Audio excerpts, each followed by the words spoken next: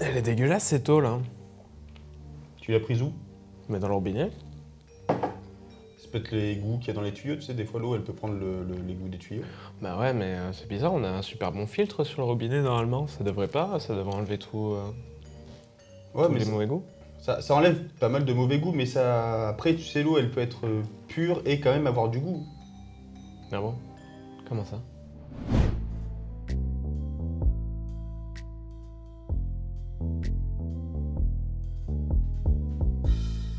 Bah tiens, regarde.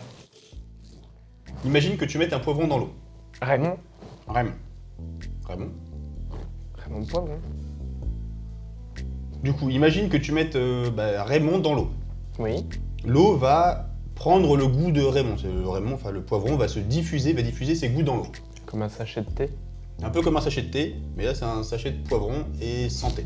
Donc, une fois qu'il est dans l'eau, il va diffuser ses goûts. Si tu analyses l'eau à ce moment-là, l'eau elle va prendre, on va dire, des molécules de poivron.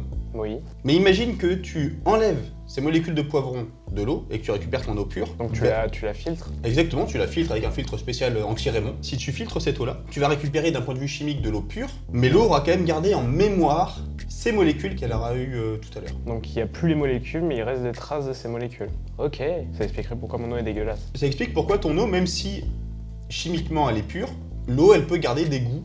Mais Là, je peux te donner un exemple si tu veux. Regarde, oui, montre-moi. toujours Raymond. Oui. Pour de l'eau, on a des bonbons. Oui. On va Si dire, je trempe- les bonbons, c'est les molécules d'eau. Exactement. Ok. Tous les bonbons, c'est des molécules d'eau. Chaque bonbon, c'est une molécule d'eau. Si je trempe Raymond dans ces molécules d'eau, tu vois que les molécules, elles vont s'organiser autour de Raymond. Et si d'un coup, j'enlève Raymond, là, tu me dis, il reste un cratère. Et je te rappelle pour mémoire qu'il y a des enfants qui meurent de faim dans le monde. Ouah, calme-toi Raymond. S'il y a... Pardon, Antoine. Bref. Oui. Là, si j'enlève Raymond, tu vois qu'il reste un espèce de petit espace. Oui. On va dire l'empreinte, exactement, c'est une très bonne comparaison, l'empreinte de Raymond. Même pour tes molécules d'eau, c'est exactement pareil. Tu vas avoir plein de petites empreintes de molécules de poivron qui vont rester dans l'eau, ou de molécules là, de tuyaux qui vont rester dans l'eau. Ce qui fait que ton eau, même si là, il reste que des molécules d'eau et donc du coup que l'eau elle est complètement pure, ben, l'eau elle aura gardé en mémoire justement. ce poivron. Ah, d'accord. Donc si tu vas creuser un petit peu dans l'histoire d'un verre d'eau, tu peux remonter super loin et voir toutes les molécules qui sont passées par là. Faudrait réussir à analyser les empreintes, c'est pas évident, hein. C'est encore Ah ouais. des technologies qui sont en développement, c'est quand même vraiment pas facile. Hum, Mais pour arriver à déterminer l'empreinte dans un verre d'eau, hum. c'est quand même assez compliqué aujourd'hui. C'est technique. Mais en vrai, ce concept d'histoire de l'eau, c'est génial. Parce que imagine, tu veux traiter tes plantes contre des insectes, mais tu veux pas mettre d'insecticide, parce que ça pue. Tu mets des insecticides dans l'eau, ensuite tu filtres ton eau, t'enlèves les insecticides, mais genre une eau pure, et ça garde les traces d'insecticides, donc ça fait que ton eau va protéger contre les insectes, mais sans produits dangereux quoi. Exactement, et ta plante elle sera pas agressée. Ouais, c'est ouf ça. Mais imagine, ça pourrait également marcher pour le pharma, tu vois, les médicaments et tout. Ben, en pharmacie on s'en sert. Hein. Ah ouais? T'as déjà pris de l'homéopathie. Oui, c'est vrai. L'homéopathie c'est exactement pareil, c'est-à-dire qu'on va mettre une toute petite quantité de poison dans un très grand volume d'eau, et ensuite cette eau-là, on va enlever ce poison-là pour regarder justement l'eau avec cette trace de poison. Mais c'est une très très petite trace de poison, hein. On va pas non plus empoisonner les gens. On Ok. enferme ça dans des granules et ensuite ces granules-là on va les avaler avec ces traces de poison alors que c'est juste de l'eau pure. Ah ouais. Et pour eux, il y a le goût sucré.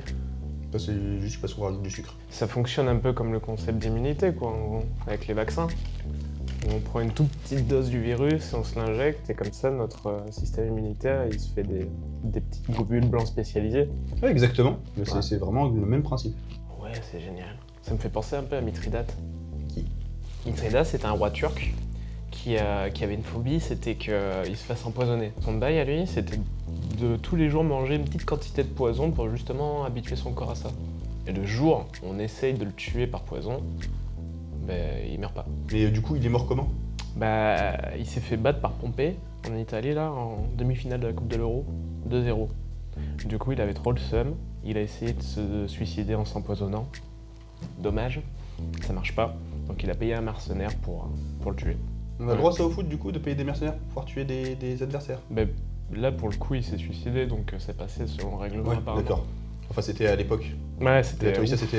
Maintenant le règlement a changé. C'était il y a bien deux, trois longtemps, hein, règles, oui, c'est. d'être un peu plus solide. Faut remettre en contexte. Ouais. Ça fait un peu. Ça donne l'impression que Mithridate c'était un peu le pionnier de l'homéopathie, quoi. Après, bon. Ça marche vraiment l'homéopathie parce que Mithridate, on sait pas si c'est un mythe ou une réalité. C'est vrai que ça c'est un vrai débat de société, c'est Mm. savoir si l'homéopathie marche ou pas. Dis-toi qu'il y a une étude qui a été quand même menée en 2005, qui s'appelle une étude EPI 3 il me semble. Et c'est une étude qui a été menée sur presque 10 000 personnes. Tu avais à peu près 8 000 patients et 800 médecins. Et cette étude, elle montre justement, on a demandé leur avis aux médecins, on a demandé leur avis aux patients, etc. On a vraiment suivi ces gens-là pendant 1 an. Ouais. Et cette étude a montré que l'homéopathie, elle marchait. Que l'homéopathie, elle était efficace, qu'elle était utile. Dingue, ça. Mais ouais. Bon, en même temps, oui. Moi, tu vois, depuis tout petit, dès que j'ai un peu de fièvre, je prends 2-3 granules et puis. C'est ça. Mais c'est un réflexe qu'on a pris et effectivement c'est assez efficace. Moi je sais qu'après le sport, 2-3 granules d'arnica et hop c'est bon, le lendemain pas de courbature. Donc, Exactement, ça c'est magique. Je me demande pourquoi d'ailleurs c'est pas plus utilisé que ça.